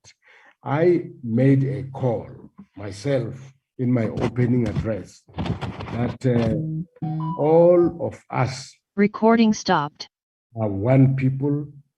We belong to one country, and that country is South Africa, and that South Africa faces a great challenge of land hunger. So we must all act in the best interest of South Africa and people. So that should not suggest that any of the parties here are not committed to act in the best interest of South Africa. So if you had understood it, recording in progress. On record that I did not mean that, and I didn't hear any of the members suggesting that you don't have the best interest of South Africa at heart. The fact that you differ doesn't make you an enemy. It's just that you have a different opinion and you are entitled to that opinion.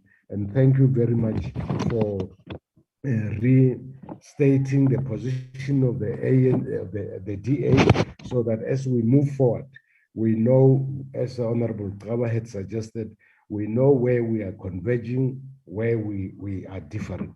Thank you very much. Any other contribution?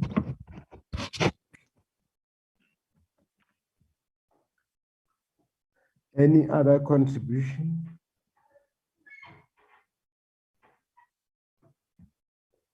Honorable members, are we still together? Yes, Chair. Oh, okay. So I think, honorable members, I really want to commend you to say, starting with Honorable Gumede's input, and which was amplified by Honorable Kala. I think you made, you clarified where the process should be going, but also the engagement on the question which Honorable Dr. Mulder had raised to Honorable Kaba also laid a very good foundation for us to move forward. And I think that we are on the right course. We are making progress. Now, I wonder, is the EFF here today? Honorable Advocate Ramano? Honorable Advocate Ramano? Yes, Chair. I think Honorable Shivambu left the platform. He left the platform. Okay. Yes, okay, because I think Honorable Dr. Melda and Honorable Kava have opened an avenue for engagement on this question of multiple tenure system. And now we need to hear from the EFF if they are still holding the same position, but now they left the platform. We would request, because we requested Honorable Suma to lead the bilaterals. Request Honorable Suma to follow up with them and to check what their recent position is, so that at the next meeting, that we hear from them on the record. Having said that, there are other issues like the question of the court, but I thought that on the question of the role of the court, that matter is clear, unless somebody wants to say otherwise. To say we have the doctrine of separation of powers. In terms of that doctrine, courts come in to adjudicate where there's a dispute. Therefore, we cannot replace the role of the executive with the role of the courts, but also we cannot exclude the jurisdiction of the courts to adjudicate where there is a dispute. So I thought, wrongly or rightly, that this question of the courts is concluded, but I cannot dictate my opinion to any one of you. Let me hear if there's anyone who thinks that this matter is not yet concluded.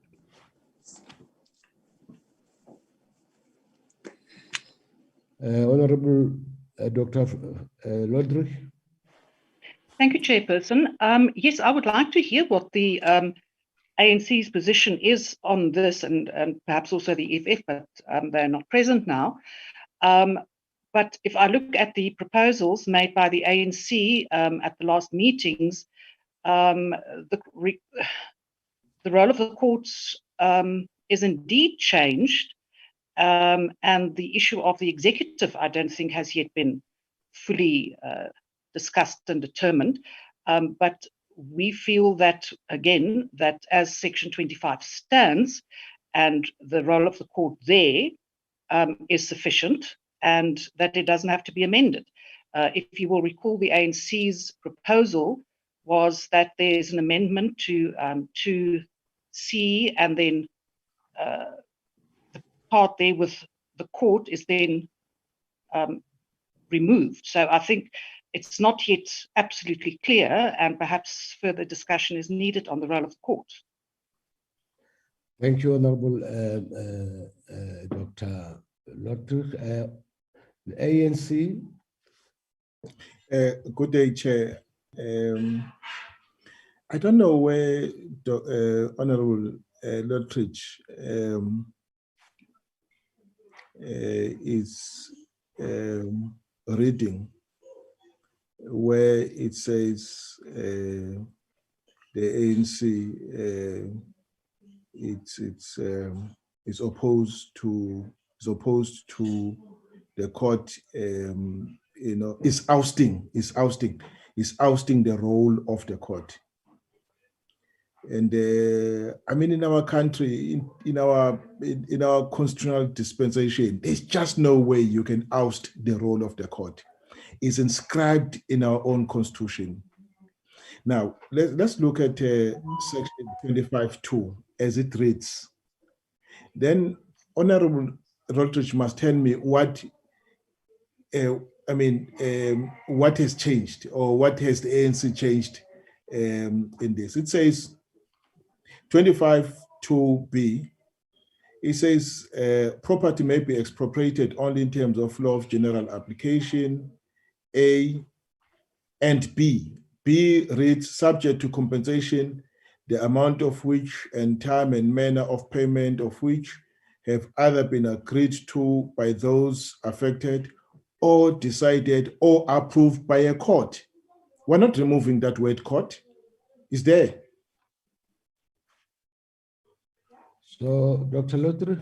Chair, thank you. I will refer to the proposal made by the ANC, and that was also discussed and mentioned in the bilaterals we had with the ANC. It stops with court and then goes on, a new insertion, provided that in accordance with subsection 3A, a court may, where land and any improvements thereon are expropriated for the purposes of land reform, determine that the amount of compensation is null. And the proposal by the ANC was that after the 3A in brackets, the phrase a court may be deleted. So I just want to get clarity on that. Is that still the case? Honorable Kawa, can you clarify? No, it's because Honorable Lottridge is actually reading the two clauses, the two sentences within the same provision in isolation of each other. Just read them as one clause. You'll see that there's just the ANC has not proposed the removal, the ousting of the court's role in the whole process. Don't read the proviso in isolation of the main clause. Read the clause as one, and then you'll see the role of the court. It's clearly pronounced there. Thanks. Honorable Dr. Lothar, it may be a question of formulation, but I understood you to mean that we cannot oust the role of the court. And Honorable Kawa is confirming that the ANC is not seeking to do that. So maybe you need, between yourself and the ANC, just to work out on the formulation that is satisfactory and that is clear, that it is not ousting the role of the courts. Chair, can I come in? Can I come in? You know, yes. Where we deleted court is where the court is invited to play an administrative role, even when there is agreement between the two parties, and the court still plays a role.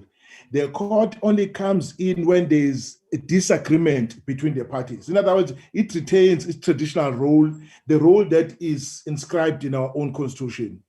Thanks. Now, honorable members, I think we must agree that the architecture of our constitution provides for the separation of powers. So there is no way under this constitution that we can allow the court to play an administrative role. That would be fundamentally flawed. That would be a serious violation of the constitution. So I want to say that now we have the assurance from the ANC that that's not what they are trying to do.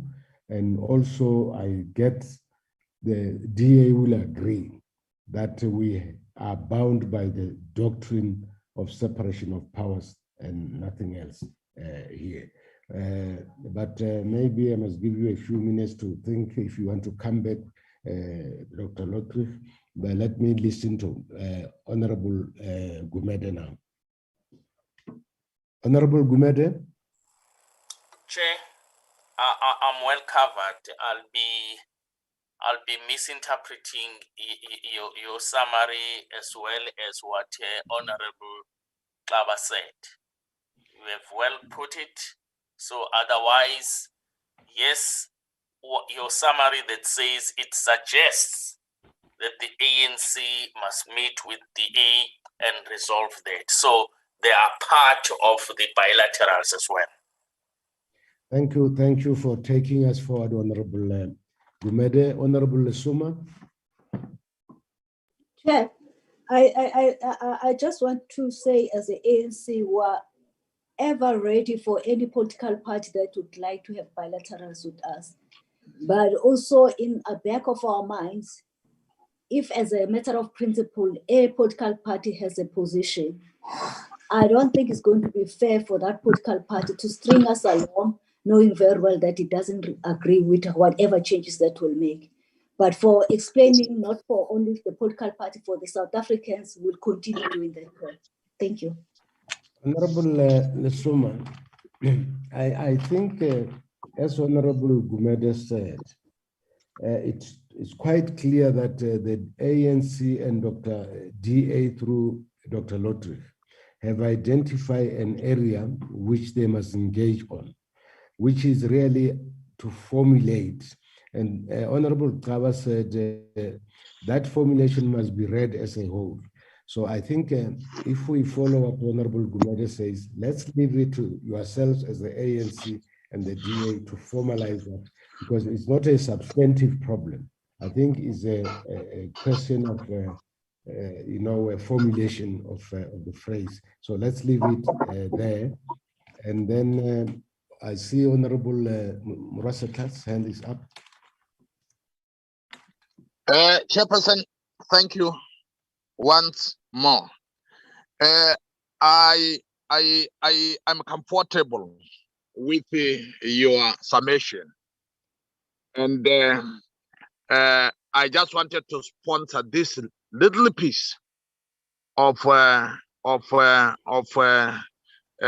advice to all parties, including my own party, that given the mandate before us, it is very clear, Chairperson, that we are surely going to find each other to avoid failing our people in general and Parliament in particular.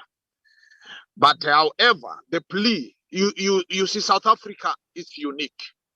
For starters, we had what we call a bloodless and negotiated settlement in 1994, when we had to usher in the new the democracy that we are having now and enjoying, and all those sort of things. I'm just going to make this piece of a plea that in any negotiations, there is what we call the give and take.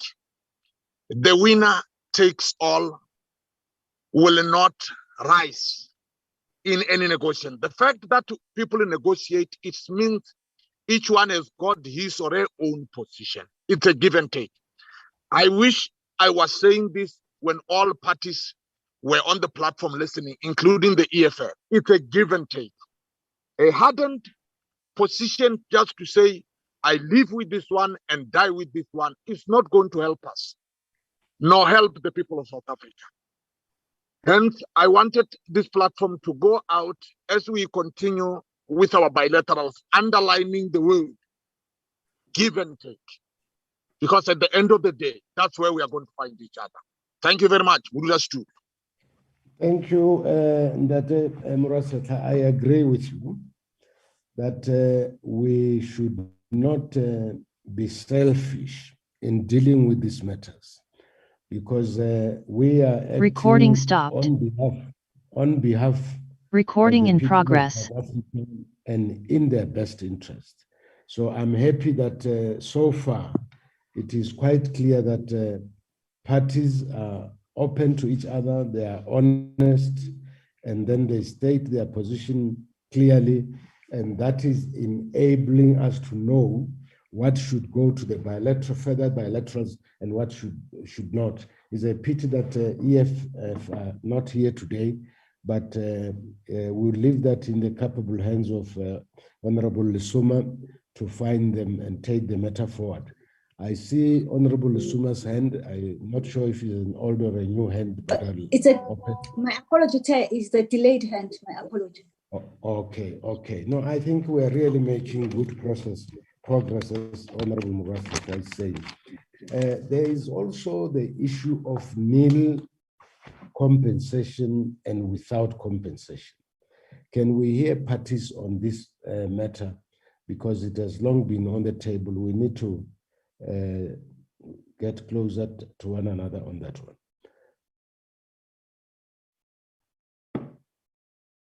I think in the past, Honorable Kawa explained it very well. I'm not sure that it would still be useful to get him to repeat unless someone has not understood what he was saying. Can I hear those who think that was not properly articulated? Dr. Lodrich? Chairperson, thank you.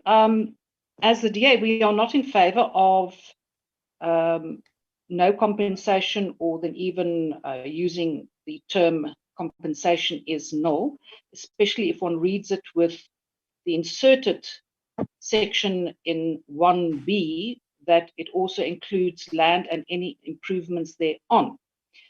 We have no clarity at this point as to what happens to any mortgage that is on any land that is compensated or expropriated with no compensation. Who takes the risk? There are no answers to those questions. So to put this now in the Constitution is extremely dangerous, because the knock-on effect for the financial sector in this country has not yet been determined. So we cannot support this.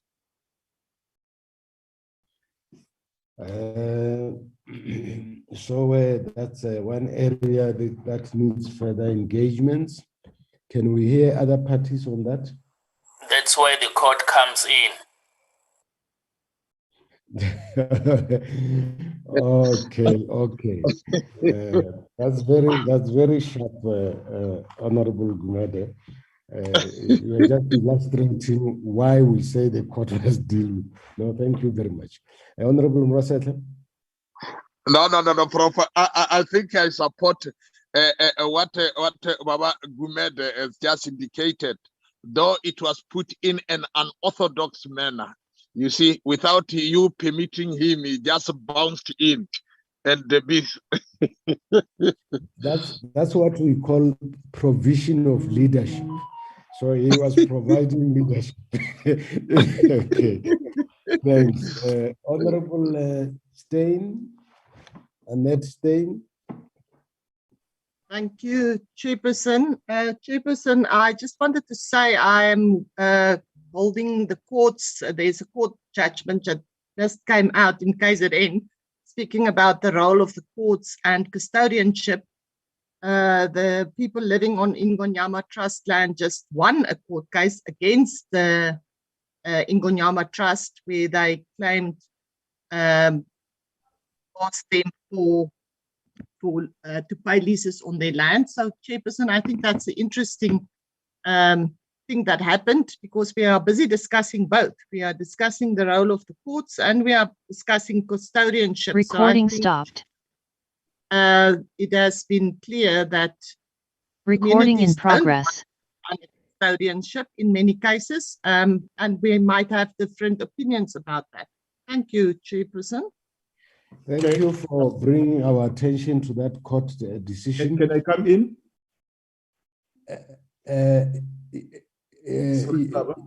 Yeah, before you come in, I just want to say that to thank Honorable Stein for bringing that matter to our attention. And I want to request the committee secretary, Advocate Ramanu, to get that a copy of the judgment and circulate it among the members, so that we can see if it has implications for our process. Honorable Kawa. Yes, I think Honorable Stay needs time to go through the judgment. No, what the court was addressing in that judgment is not what she is talking about. It was whether Ingonyama Trust was had the authority to convert the current tenure permission to occupy into a leasehold arrangement. And the court is of the view, and everyone else who were against the conversion of the current system of tenure to leasehold, was that the leasehold weakens the tenure that the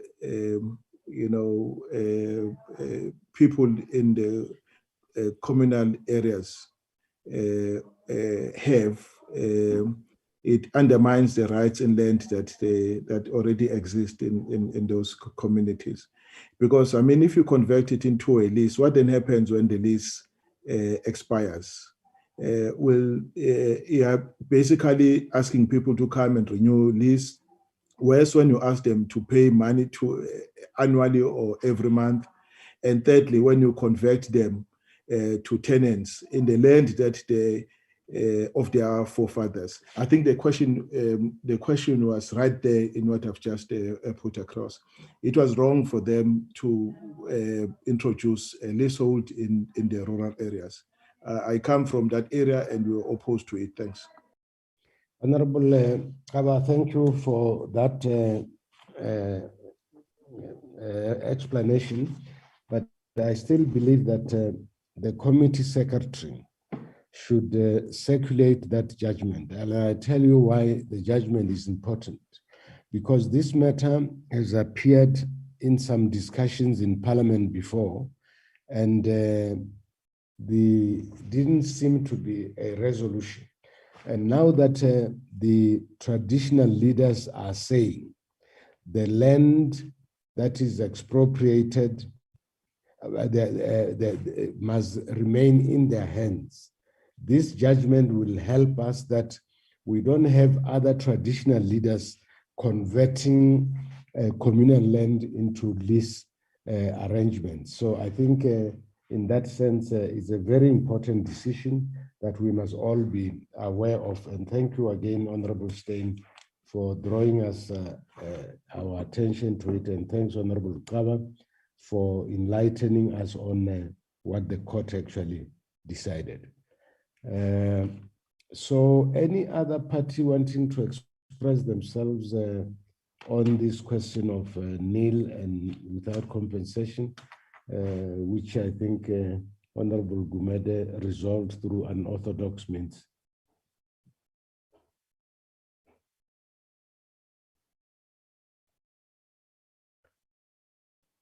Honorable members,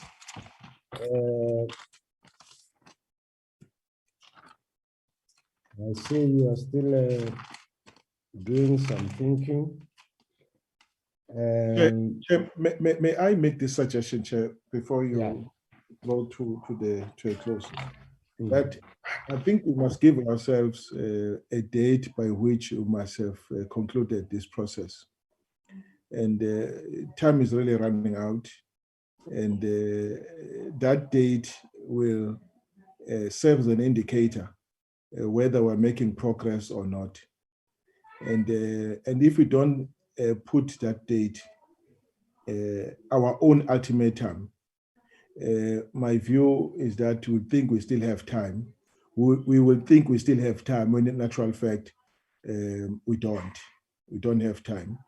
So what is that date that we set for ourselves?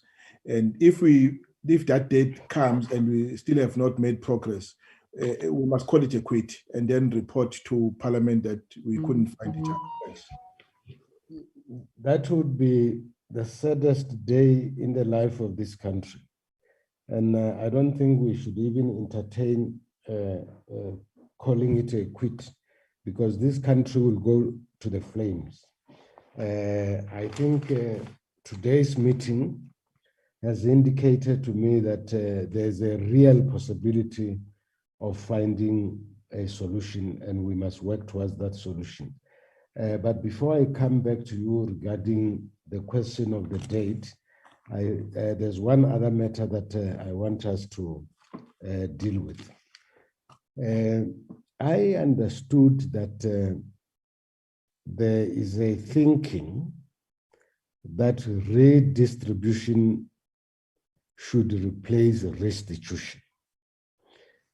I want to hear parties on that, because in my view, you see, restitution relates to what people had owned, which was theirs, and it was violently taken or forcibly taken away from them.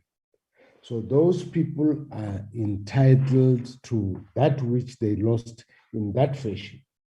And therefore, but redistribution means that there will be land expropriated by the expropriating authority, which will have to be redistributed to people in need of land. And therefore, redistribution and restitution cannot be the same thing. Because in the case of redistribution, you are giving people something that was not even necessarily theirs. But in restitution, you give people that was theirs. So can I hear if there are some thoughts on that? Chair, can I comment?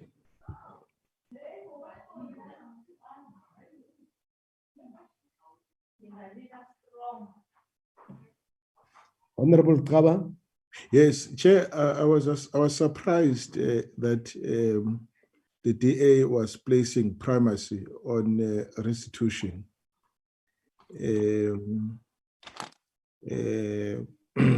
at the expense of other pillars of land reform. You see, the Constitution as it stands doesn't give any one of them any prominence, but those are the three instruments within which there's three instruments available at the state to transform land ownership in our country.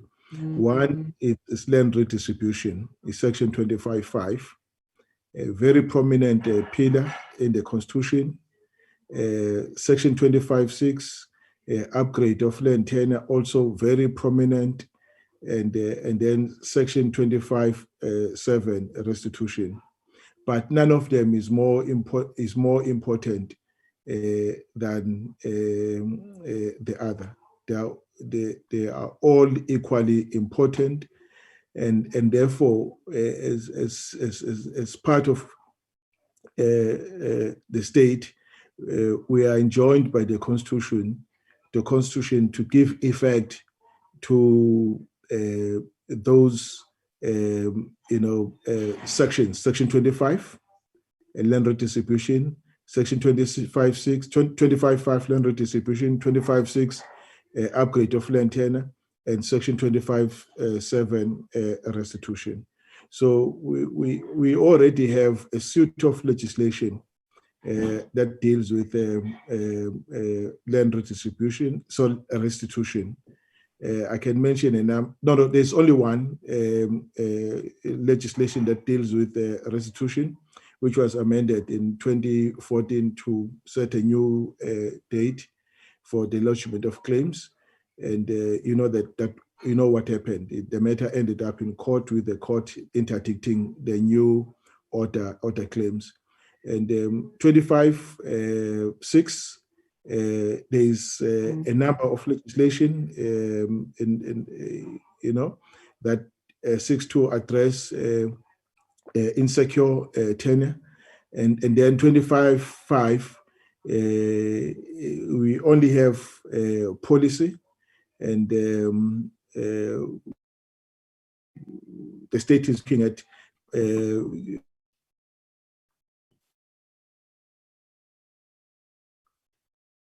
Hello, Honorable Kawa. And let's not give one prominence over the other. Thanks, Chair. So it is in that context that our discussion focuses on three. And Honorable Kawa, I think you have eloquently elaborated on this question. I think we should all be clear now as to what we are doing. Honorable Stein, on behalf of the DA, do you want to comment on this, or are you raising a new issue? Chairperson, I'm speaking about this. You asked us about how we feel between restitution and redistribution. Honorable Kaba has put it very nicely. We totally agree with all three. We have never said that we are just looking at restitution. Chairperson, we 100% support land reform in South Africa. And I think it is also very clear that some of the reasons why the reopening of the Land Claims or the Restitution Amendment Act was stopped by the courts is exactly what we said. The chaotic use or what is happening in the department with the restitution cases that was up to this point. So, Chairperson, I really think as this committee, we need to think very, very carefully about a reopening process or another process where land gets taken through new legislation or changing the constitution, while we are not all clear on what is happening with the land currently. I am busy doing in-depth and in-detail analysis of the land under the Department of Land Reform at the moment, from the beginning of the restitution process, from the beginning of the plus and LRAS processes, everything what is currently happening.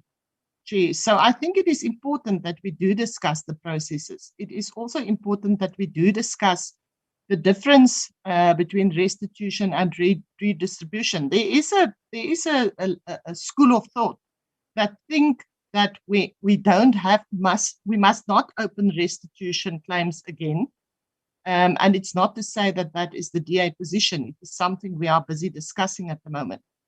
But the point is, a lot of the restitution claims, and it is proved, we have records of that, people claimed land in areas where other people were never, didn't even know that they could put in a claim. So they might put in another claim on a piece of land that was already restituted to certain communities. We also know that the current restitution process, the land that was already transferred or where the process has been finalized, in almost 1/3 of the discussions, there is infighting between the communities exactly about this process. People said that you were not the rightful owners, it is another one. So, Chairperson, I think we need to discuss this point very, very clearly. The difference between, are we going to support restitution again, opening up, or are we just looking at then for the next session to look at redistribution? So it is a very important point to discuss, but the DA is on record. We support land reform, all three positions, especially tenure reform, Chair, and that's why I mentioned the court case that we need to keep records of what happened in KZN currently. It is a matter of tenure security that we are discussing under that point. Thank you, Chair. Honorable Stein and honorable members, I think the challenges facing the department must be addressed. Honorable Mandela is here. I think he has heard what you are saying. But those challenges should not affect our work, because as Honorable Kawa correctly said, we are working on three pillars. It is redistribution, restitution, and upgrading of the tenure system. And we are enjoined by the Constitution to deal with those three areas. But the fact that the court stopped the lodgement of new claims, and that the fact that the department is facing some challenges, that's another issue, but an equally important issue, but not for us. Because if people are not going to be allowed to lodge new claims, the land that they are claiming may be sold in the meantime, may be developed in the meantime, then so that the time, when the time comes for them to claim, the land will be gone. So another form of injustice will have been created. So I think that through Honorable Mandela, we should make an appeal to the department to address this matter and check what is it that needs to be done to get the court to lift this ban on new claims, because the consequences are going to create more problems than opening up the claims. Because if I own 800 hectares and I'm told I must not claim it because the old order claims are not completed, and after 3 years, my 800 hectares have been developed by an international company, what am I going to do? Because then my right to claim to restitution will have been taken away. But this matter is not our concern in this meeting. This is the concern of the department. So we'll appeal to Honorable Mandela as the chair of that committee to get the committee and the government, the department, to revisit the area, because it can create new problems for us. But otherwise, let's agree, and we agree to proceed with the 3 pillars that Honorable Kaba outlined for us. Honorable members, is there still anything? Otherwise, I go to the proposal of Honorable Kaba that we must know by what date we intend to finish our work. I think those parties that are on this platform today have really worked well together. They have accepted areas where they need to enter into bilaterals, and they have also indicated areas where there are still differences. So can we then agree that next week we will meet on Tuesday and Friday, and hope that or ensure that the EFF are also there, because they are an important player in this exercise. So we proceed with the work of narrowing our differences. I see Honorable Mahlatsi, the floor is open to you. Thank you very much, Honorable Chair. I was going to make a request, Lalo, that given that today is Friday and Tuesday is a little bit close, is it not possible for us to move the meeting for Friday, so that if there are bilaterals that are going to take place, they do so meaningfully? Because if it's Friday, we've got only Saturday, Sunday, and Monday to have those bilaterals, and I don't think it will give us enough time. That's Thank you a very voice much, of reason. That's a superior argument that one cannot reject. But with the rider that we really have to utilize the time between today and Thursday to make sure that we get closer to another. But I think today's meeting has actually helped us to get even more closer to each other. And then I'll request Honorable Lesuma, the leader of the bilateral teams, to find the EFF and make sure that they participate in this process before Friday, so that by Friday we know where we stand. Can we leave matters there, honorable members? Hello? Yes, definitely, Chair. Yes, Chair, we can leave the matters there. Yeah, I really want to thank the members for the constructive engagement that they demonstrated today. And I can see that there's a political will on the part of all parties that are on this platform to find, in the words of Honorable Murasa, a harmonious resolution of this South African challenge. And I think we are adequate to the task of finding a solution in the best interest of the people of South Africa. I must thank you and wish you well in the bilaterals that will take place between today and Thursday next week. And also that space will also afford you an opportunity, those of you who want to touch base with your principals on other matters, to do so. I thank you very much. Recording stopped. And have a good day. And I apologize for the delay this morning because of the load shedding. But I also want to thank Honorable Suma that she's always Recording in progress. Step in and take the process forward where there are challenges. And thank you very much. Have a good weekend and look after yourself in this epidemic that is plaguing our country. Thank you. Bye. Thank you, Chair. The meeting is adjourned. Recording stopped.